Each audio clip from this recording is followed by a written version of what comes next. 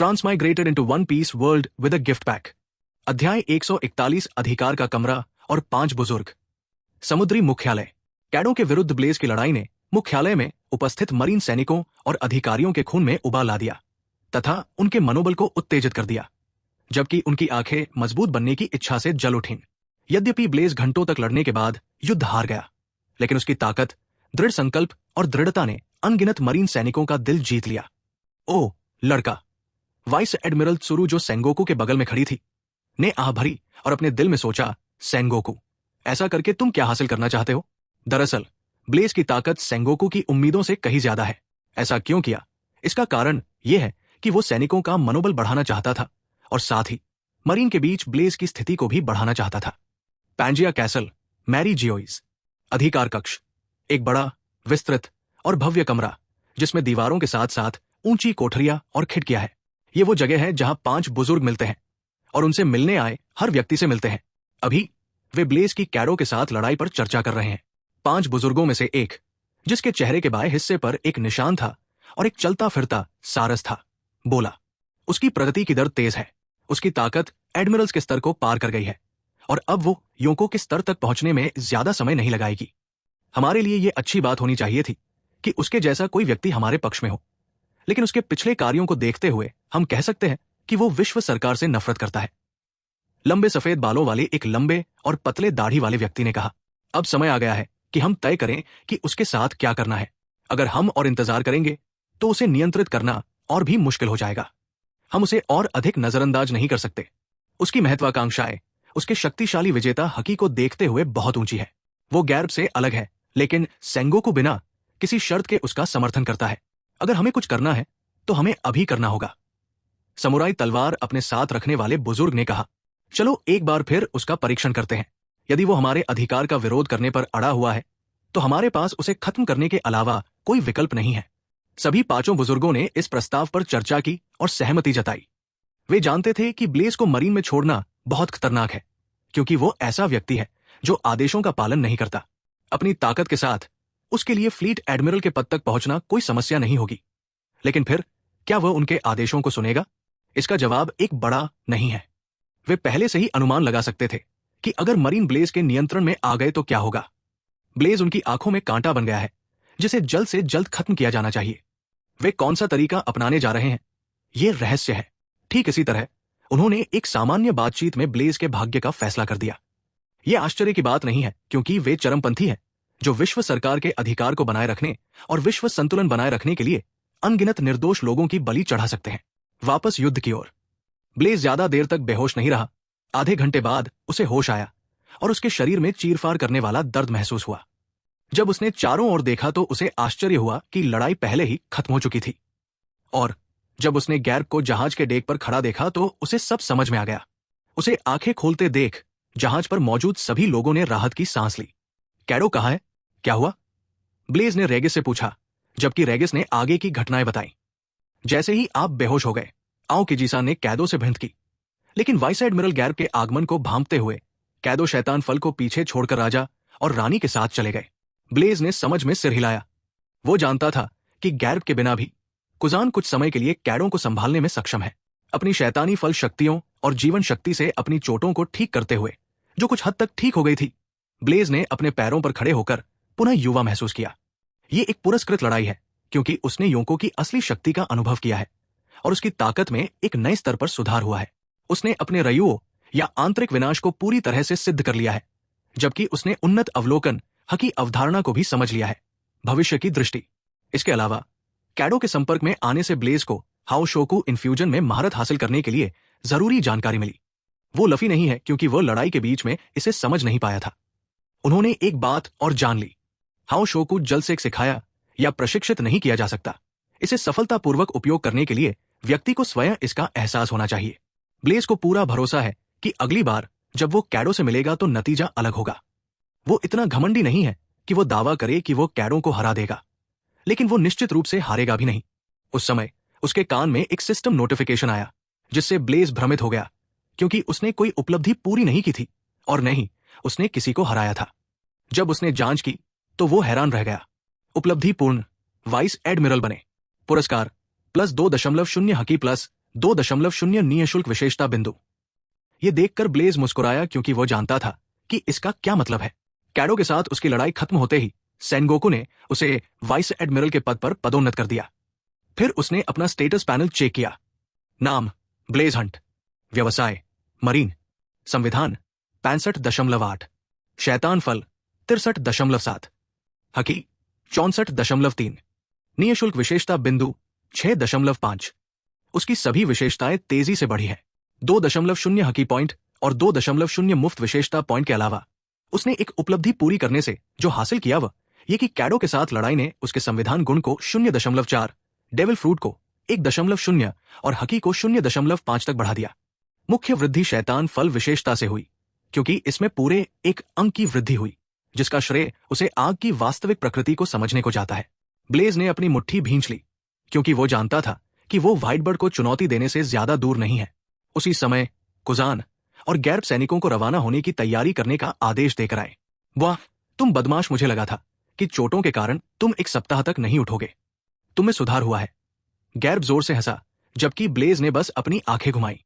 कैदो की ताकत के बारे में आप क्या सोचते हैं? गैर्ब ने पूछा। अगली बार जब हम मिलेंगे तो मैं हारूंगा नहीं। मैं विजेता की हकी का सही उपयोग करना सीखने से बस थोड़ा दूर हूं, ब्लेज ने जवाब दिया। ओह, गैर्ब को उसके शब्दों से आश्चर्य हुआ। अध्याय 142 हाउ शोकू आसव। सुबह ब्लेज अपनी चरम अवस्था में पहुंच गया, जबकि कुछ घंटों के आराम के बाद उसकी सारी चोटें पूरी तरह से ठीक हो गई और यहां तक कि गैर्ब और कुजान जैसे प्राणी भी पुनर्जनन की गति से आश्चर्यचकित थे। बाकी मरीन सैनिक ये जानकर हैरान रह गए कि ब्लेज कितनी गंभीर रूप से घायल हो गया था। उन्हें लगा कि उसे पूरी तरह से ठीक होने में 10 से 15 दिन लगेंगे। सुबह सबसे पहले ब्लेज कुछ टिप्स के लिए गार्ब को खोजने गया। उसे पता था कि गार्ब पढ़ाने में अच्छा नहीं है, लेकिन वो अपनी मुट्ठी चलाने में अच्छा है और यही वो चाहता है। आश्चर्य की बात यह है कि इस बार गैर्ब ने हमेशा की तरह उस पर वार नहीं किया। ब्लेज के निर्देश पर समुद्री जहाज ने अपने स्थान से कुछ किलोमीटर दूर एक अज्ञात द्वीप ढूंढ निकाला। इसके बाद गैर्ब और ब्लेज द्वीप पर उतरे, जबकि कुजान, रेगिस, रोसिनांटे और कुइना भी उनके साथ थे। बच्चा, क्या तुम तैयार हो? गैर्ब ने अपनी मुट्ठी भींचते हुए पूछा। अन्य बार के विपरीत उसके चेहरे पर एक गंभीर भाव था। ब्लेज ने सोचा, क्या इसलिए कि वह इस बार मुझे गंभीरता से हराने वाला है? मैं तैयार हूं। ब्लेज ने अपना सिर हिलाया और गहरी सांस ली। वो हाउ शोकू या विजेता के हाकी इन्फ्यूजन के बारे में पहले से जानता था। उसने बूढ़े आदमी मैग्नस से उसे सिखाने के लिए भी कहा, लेकिन बाद में कहा गया कि इसे सिखाया नहीं जा सकता। कैडो के साथ लड़ाई के बाद ही उसे अपने शब्दों के पीछे का मतलब समझ में आया। हकी कुछ और नहीं बल्कि खुद की इच्छा शक्ति है, लेकिन ये 3 प्रकारों में विभाजित होकर जटिल हो जाती है। हर कोई विजेता की हकी का उपयोग करने में सक्षम नहीं है क्योंकि वे योग्य नहीं है या उनकी इच्छा शक्ति स्वयं में पर्याप्त मजबूत नहीं है। विजेता की हकी का उपयोग करना आर्मामेंट हकी के समान है, लेकिन साथ ही अलग भी है।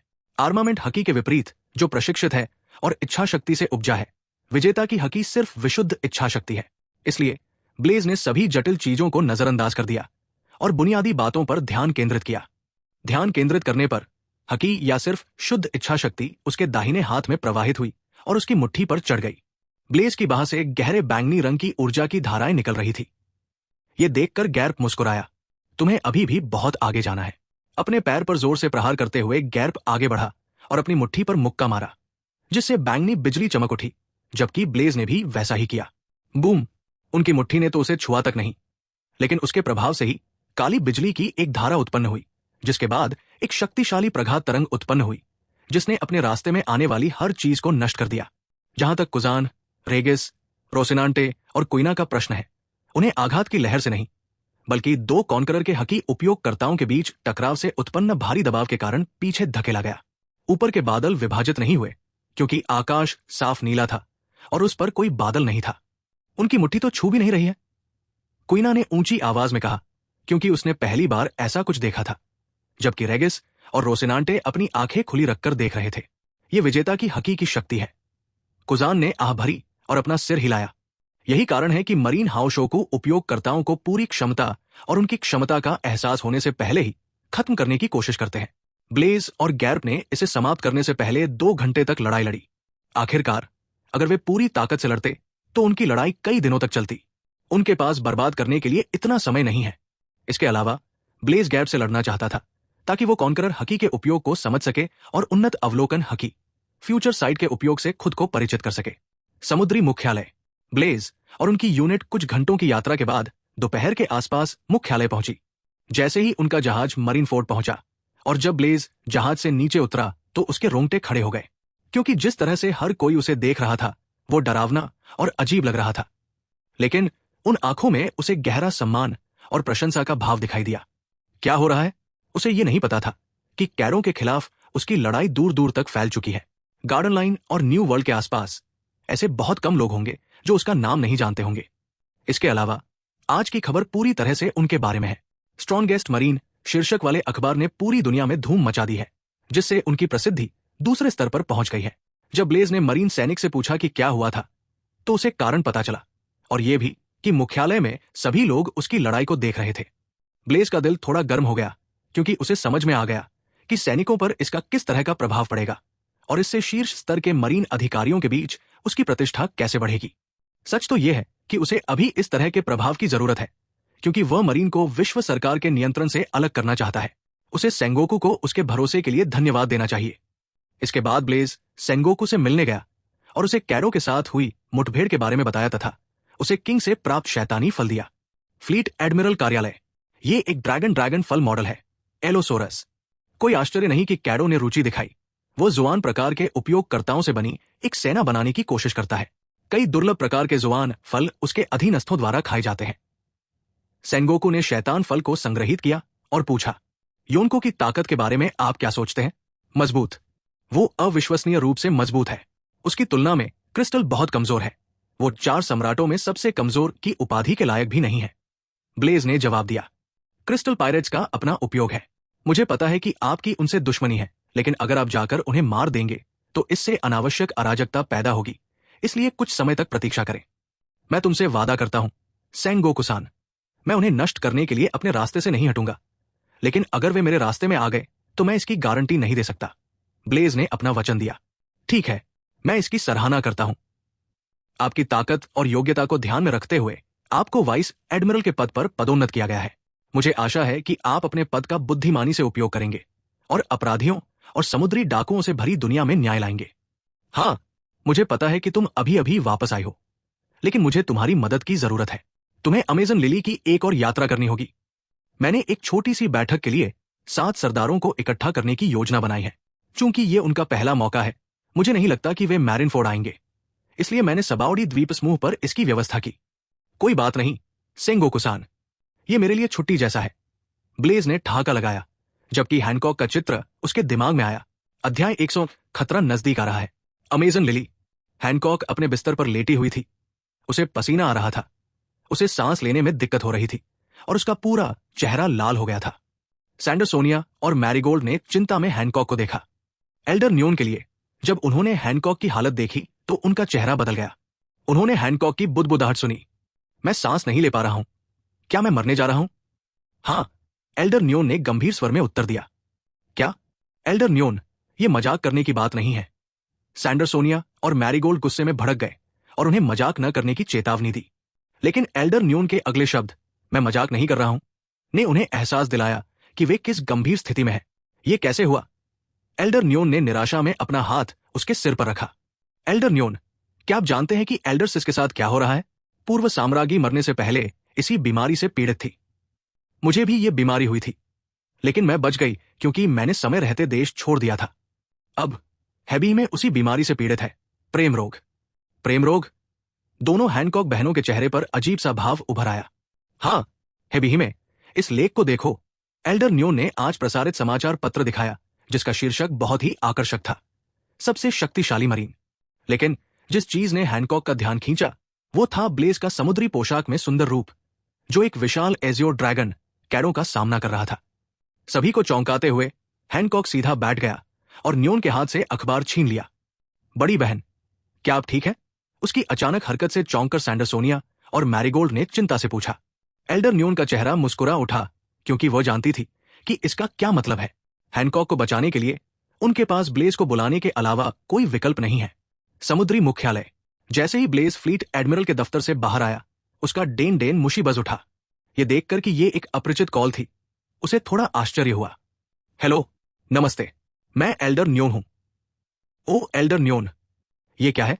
ब्लेज ने कहा। उसे याद आया कि उसने अमेजन लिली छोड़ने से पहले अपना संपर्क छोड़ दिया था। ब्लेज कुन, मुझे आपकी मदद चाहिए। क्या आप अमेजन लिली आ सकते हैं? एल्डर न्योन ने अनुरोध किया। क्या हुआ? ब्लेज ने भ्रमित होकर पूछा। हैनकॉक बीमार है। मुझे लगता है कि केवल आप ही उसकी मदद कर सकते हैं। मुझे मत बताओ। ब्लेज को अचानक प्रेम रोग का ख्याल आया। वास्तव में मुझे पहले सरदारों की सभा के लिए हैनकॉक को ले जाने का जिम्मा सौंपा गया था। अगर तुमने फोन नहीं किया होता तो भी मैं 1 या 2 दिन में वहां पहुंच जाता।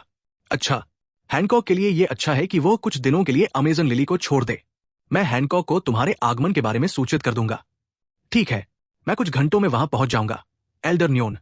ये कहकर ब्लेज ने कॉल समाप्त कर दी। अपनी टुकड़ी को आराम करने के लिए कहने के बाद, क्योंकि वो हैनकॉक को बचाने के लिए पर्याप्त है, ब्लेज ने एक विशाल अग्नि पक्षी बनाकर मुख्यालय छोड़ दिया। Amazon lily. ब्लेज शाम के समय अमेजन लिली के पास पहुंचे। जब उन्होंने कुजा महल में प्रवेश किया तो उनके स्वागत में उनके लिए खास तौर पर पकाए गए ढेरों व्यंजन परोसे गए।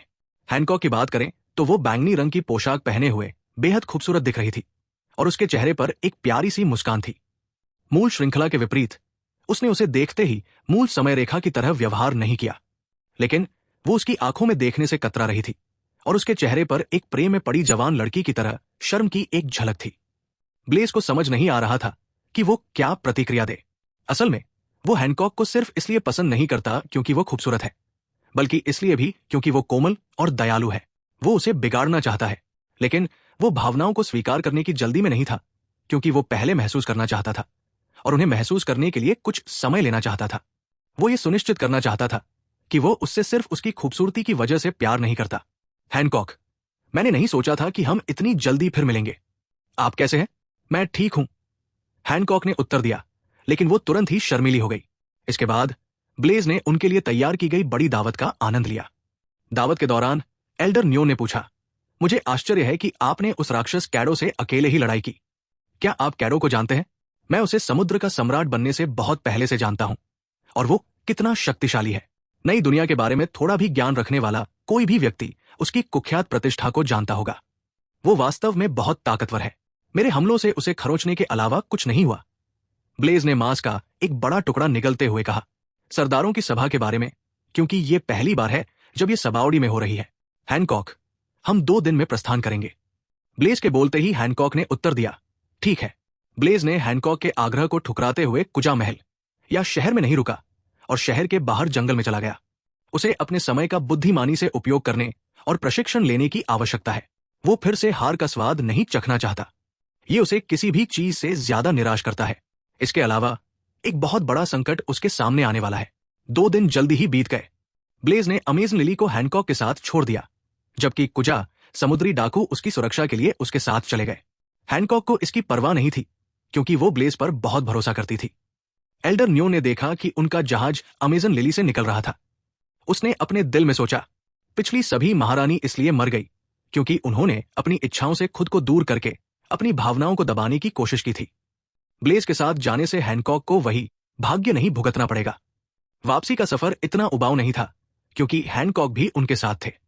ब्लेज और हैनकॉक ने पूरे सफर के दौरान बातचीत की। दोनों ने अपने अतीत और अच्छी यादों को साझा किया। ब्लेज ने अपनी महत्वाकांक्षा के बारे में बताया, दुनिया के सबसे ताकतवर आदमी व्हाइटबर्ड को हराना और मरीन को विश्व सरकार के नियंत्रण से अलग करना। तुम निश्चित रूप से ऐसा करोगे, मुझे तुम पर विश्वास है, ब्लेज, हैनकॉक ने शर्मीले स्वर में कहा। ब्लेज मुस्कुराया, लेकिन उसने मन ही मन सोचा, मुझे पता है कि मैं ये कर सकता हूं, लेकिन समस्या ये है कि मेरे पास समय नहीं है। उसकी चिंता का एक कारण था, क्योंकि वो पिछले 2 दिनों से असहज महसूस कर रहा था। वो जानता था कि उसकी समझ झूठ नहीं बोलेगी, और इस चेतावनी का क्या मतलब है। कुछ लोग अधीर हो रहे हैं। विश्व सरकार को अपना कदम उठाने में ज्यादा समय नहीं लगेगा। इस असहज भावना ने ब्लेज के लिए भय नहीं बल्कि उत्साह ही लाया, लेकिन उसे इस बात की चिंता थी कि क्या इसका असर उसके आसपास के लोगों जैसे रेगिस, रोसिनांटे, कुइना और हैनकॉक पर पड़ेगा।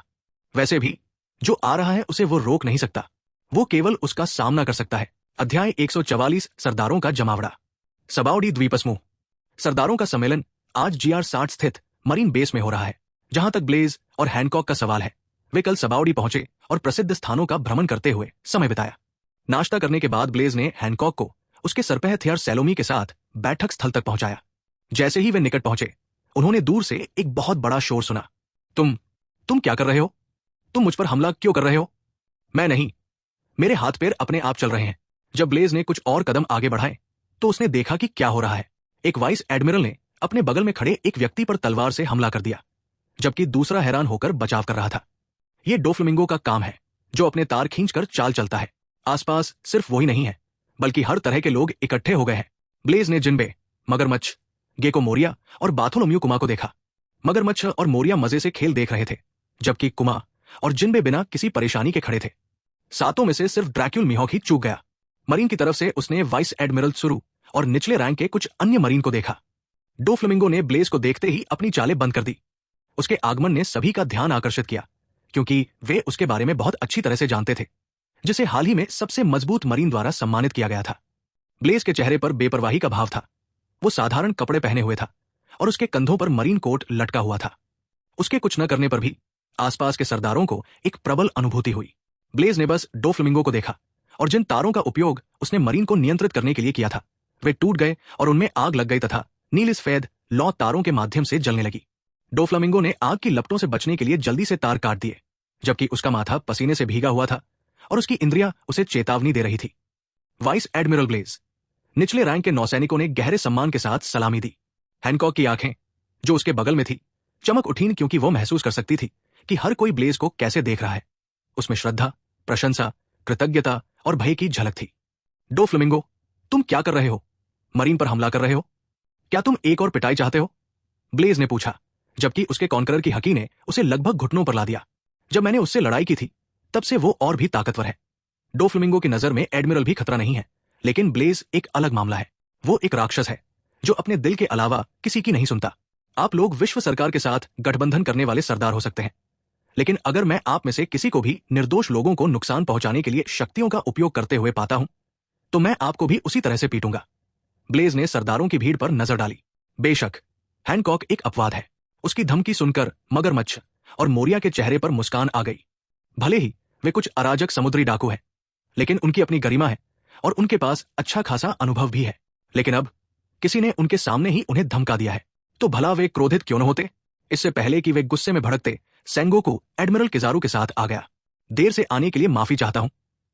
मुझे खुशी है कि आप सब आ गए। हॉकाई मिहोक कहाँ है? मिहोक की स्थिति के प्रभारी मरीन रियर एडमिरल ने रिपोर्ट दी। फ्लीट एडमिरल सेंगोकू, हॉकाई ने मुझे बताया था कि वो आएंगे, लेकिन वो अभी तक यहां नहीं आए हैं। ठीक है, चलो अपना समय बर्बाद न करें। सभी लोग अपनी सीट पर बैठ जाएं। ये हमारी पहली बैठक है, हमें बहुत सी बातें करनी है। जल्द ही सभी लोग मरीन बेस के अंदर तैयार बैठक हॉल में प्रवेश कर गए। ब्लेज, तुम भी बैठ जाओ, सेंगोकू ने कहा, लेकिन ब्लेज ने मना कर दिया। नहीं सेंगोकू-सान, मैं बाहर इंतजार करूंगा। कमरे में कुछ अप्रिय चेहरे हैं। अगर मैं उन्हें देखता रहा तो मैं गलती से उन्हें मार सकता हूं। ब्लेज ने डोफ्लेमिंगो, मगरमच्छ और मोरिया की ओर देखते हुए कहा। यह कहते हुए ब्लेज अपनी आंखों से हैनकॉक को अलविदा कहते हुए चला गया। उसके जाने के बाद सेंगोकू ने किजारू की तरफ देखा और सिर हिलाया। फिर किजारू हॉल से बाहर निकल गया और ब्लेज के पीछे चला गया। ब्लेज-कुन, तुम कहां जा रहे हो? क्या मैं भी तुम्हारे साथ चल सकता हूं? किजारू ने पूछा।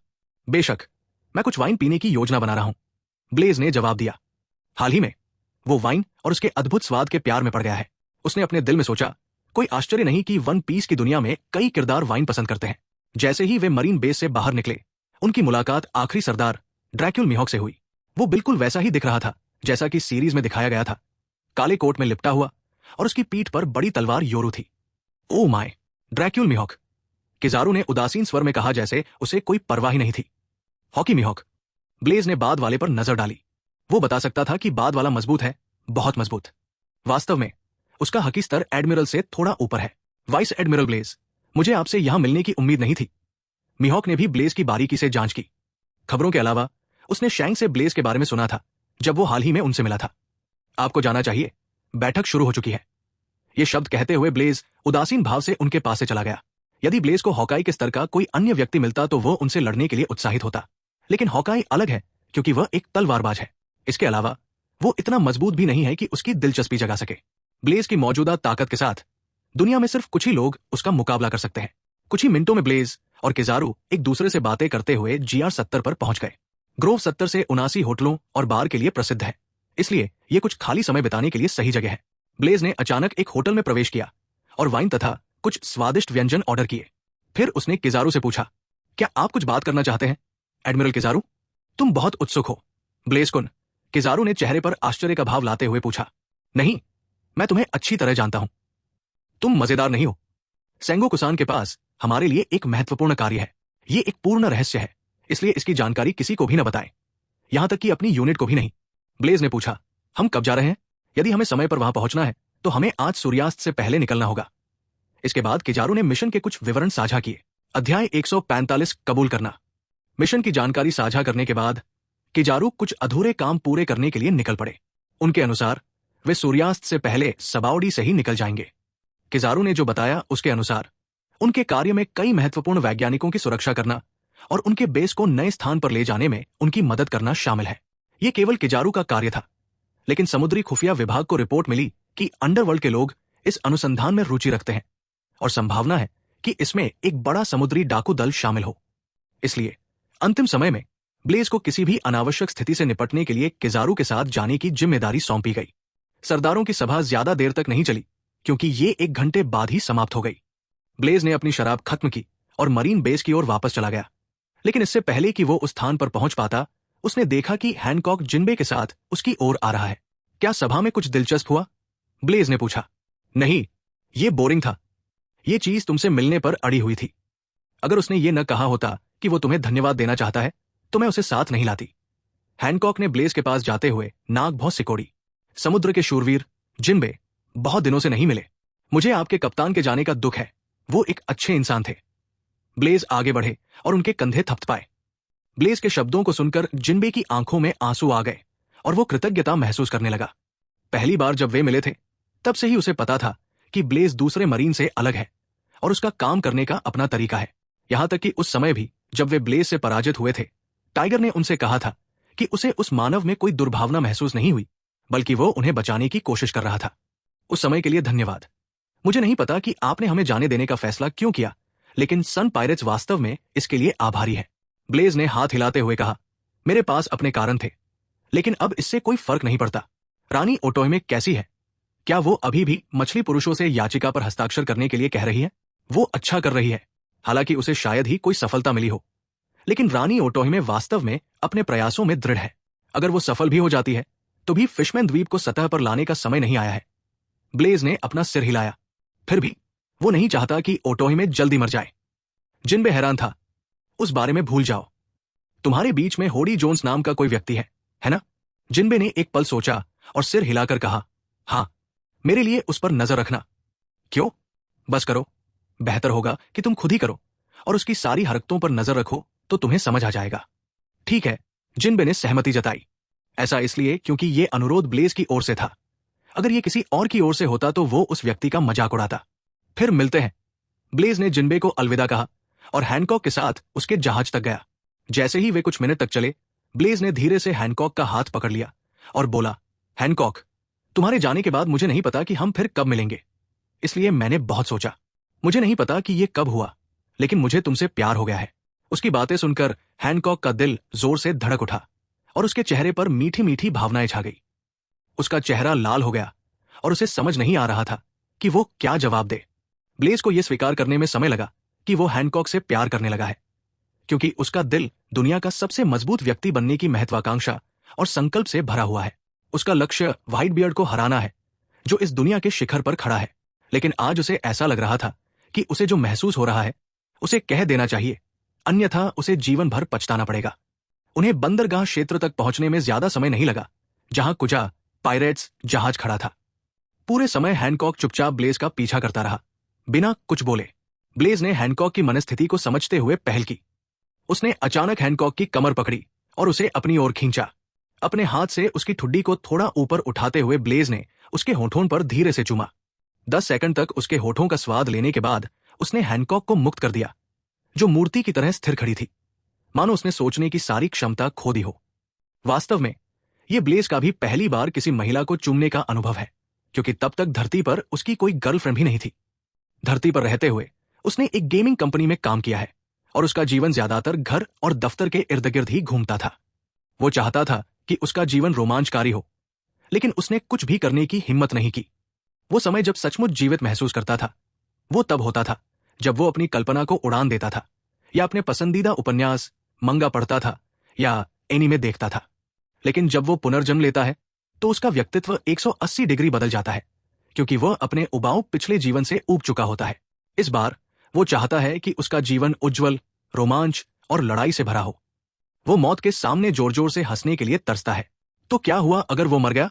वो शांति और संतुष्टि की भावना के साथ अपनी आखिरी सांस लेगा कि उसने वही किया जो उसका दिल चाहता था।